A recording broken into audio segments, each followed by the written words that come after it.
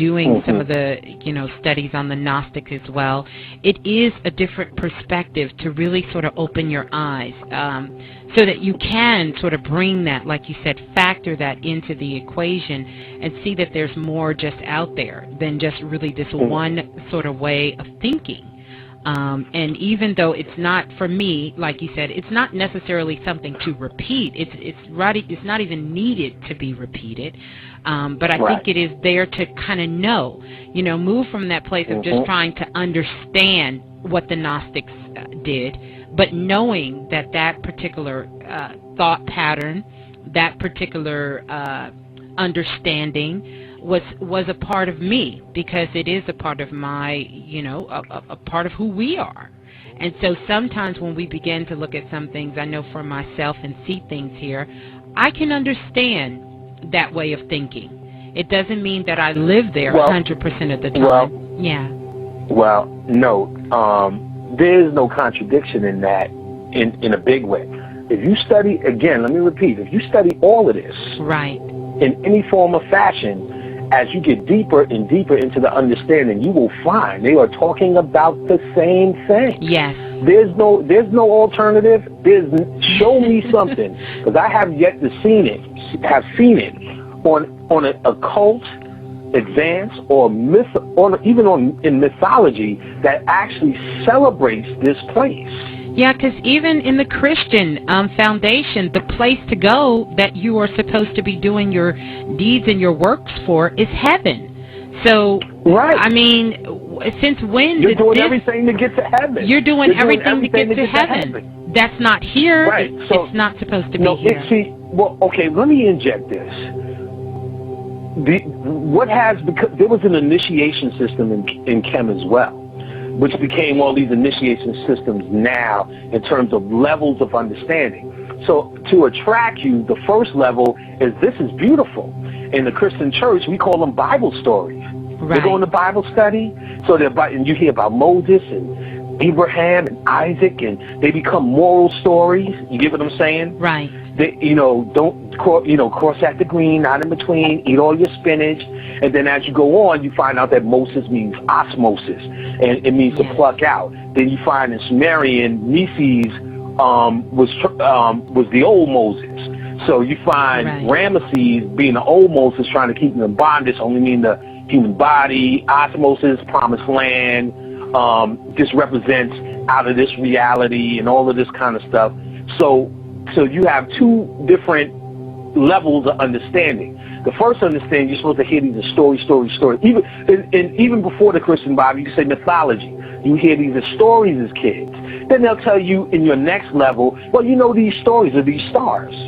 Right. Okay, so Perseus is this, that one, this one. Okay, it becomes more interesting. Then you say, well, these things are inside your body as well. Right. Oh, okay, they're inside my body. Okay, my pineal and Sirius and all that. Then they say, well, you are God, right? Oh, you get to this level of it. You get what I'm saying? Right. So we're stuck at the Sunday school level. Oh, Isis is beautiful. This one is beautiful. So when some people will hear what I'm saying and think it's actually contradicting something. But what I'm trying to explain is a lot of people are seeing these, and I said it last week, as first level understandings as just beautiful. Yes, it looks pretty, but once you get past how pretty it looks, you start corresponding it to things in your reality.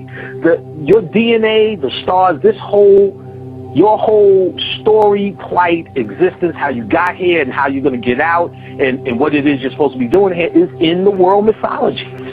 Right.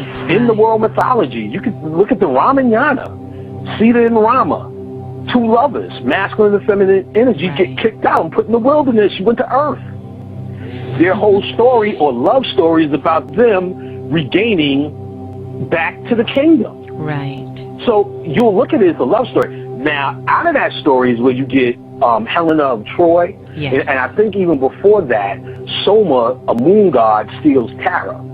So this most beautiful thing, which is the feminine energy, you got people going to war for it. People went to war for Sita in the Ramayana. Everyone must read that story. One of the greatest love stories in mythology. That's where Hanuman comes into play. Hanuman is the monkey god or the Monkey King and connect it to Tahuti. You get to hear about Hanuman, a very powerful god, but it's through this Ramayana. But when you go past, and the story is a great story. I mean, that book I just read all the way through was like the greatest. But at the end, when you decode it, as opposed to just saying, I know this story and I can repeat it, when you decode it, what happens is you get that they're talking about something greater. When she gets stealed by Ravana, I think was the god, he same set deity, but it's representing his ego. He steals her because she was so beautiful, right. But he didn't earn that love. You get what I'm saying? Yeah. In other words, he didn't do the alchemy, if you will. So him as a demon, it became the ego and greed. He wouldn't listen to reason. There was a point where Hanuman flew in and seen Sita and was like, yo, we can bounce right now. She said, I'm not leaving because my lover's supposed to come and rescue me. See, it's about the rescue. The rescue is the masculine and feminine coming together. In fairy tales, it's the Prince Charming that gives Sleeping Beauty the kiss, or it's the princess that kisses the frog and turns him back into a prince. Right. It's talking about and then living happily ever after. They go off into the sunset is representing getting the fuck off of Earth. You get what I'm saying? Right. Earth itself is the sleeping beauty. We are the sleeping beauty, actually, on the Earth. Right. It's supposed to be resurrected by Prince Charming. That's the story of Haru fighting. You get what I'm saying? Yeah. To gain his victory back to the throne. Osiris or Sirius is represented as dead because you don't have the truth, you have the access as a concept. And these concepts that you have is nothing but the mythology for you to play it out. You get what I'm saying? True. And it's a guaranteed win. That's what movies are about. We go to the movies and we know Bruce Willis is going to win, Conan's going to win, he's going to save the girl, he's going to get the diamond, right, he's going to beat the bad guy. But it's about everything that happens in between. You know Indiana Jones is going to make it. It's about everything that happens in between. Yes. That's exciting. So all of this middle passage, what looks terrible in Haiti, this white man, this is the movie that we are guaranteed to be victorious in. Guaranteed to be victorious in. So what I'm saying is not radical or a different way of thinking. It's actually the Gnostics.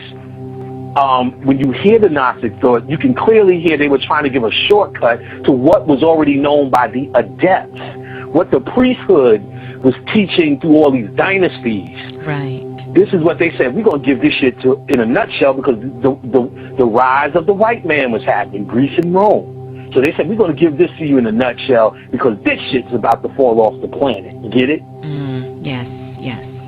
So if you think I'm bullshitting, look at every Egyptian hieroglyph. It's telling you why were they so intrigued by death if everything was going good.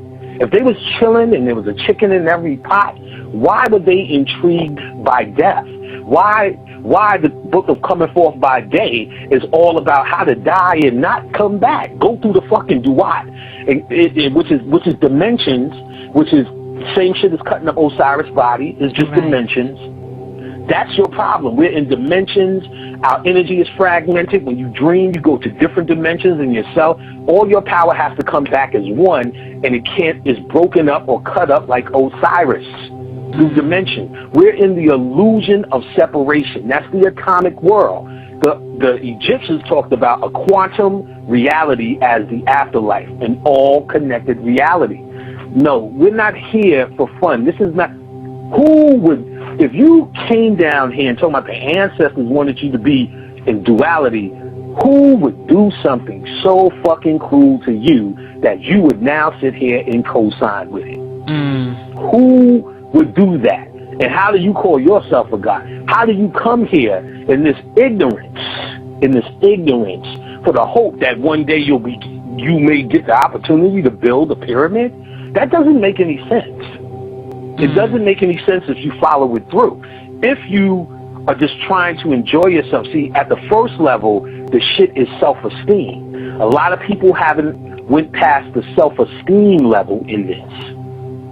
Once you get past the self-esteem level, you will then start getting into the occult and what did they mean when they said Horus? Not just Horus is cool because he's going to kick your ass. What did they mean when they said Set?